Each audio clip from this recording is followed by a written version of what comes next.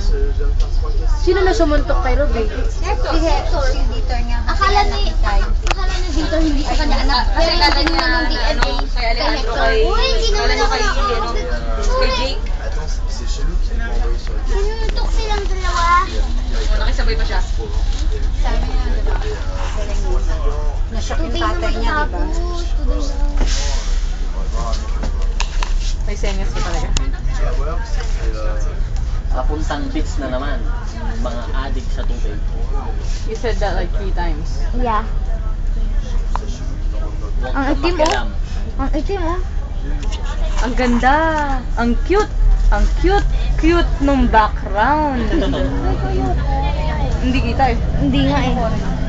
Ang cute nung bus sa tabi. Padan mo niya pa kasuli nga lang ka man nakikini pa niyang ba? Bakit nag-dress si Ate Ponte? I see the jungle.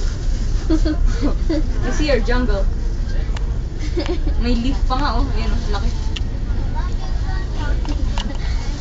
Mahaba pala, hindi malaki. Luther. Ano ba? Ay, kuya, oh, wala na, binaba na. Binababa ng ipit. Ba't mo binaba yung buhok mo? Ang ipit. Ba't mo binaba yan? Ha? Gusto mong maiwan? Hindi picture yan, go. Video. Loser. Loser ka na naman eh. Luther. Uy, panood. Ate Pon. May gamot ka. Loser, wala. Buka mukha mo yun, oh. Kailangan. Wala eh. Oo, may gamba. Tanungin niyo yung katapat mo. Ikaw, may gam ka? Katapat mo sa gilid. May gam ka, hoy. Paano yun? Katapat sa gilid? Parang ang weird. Paano yun? Weird.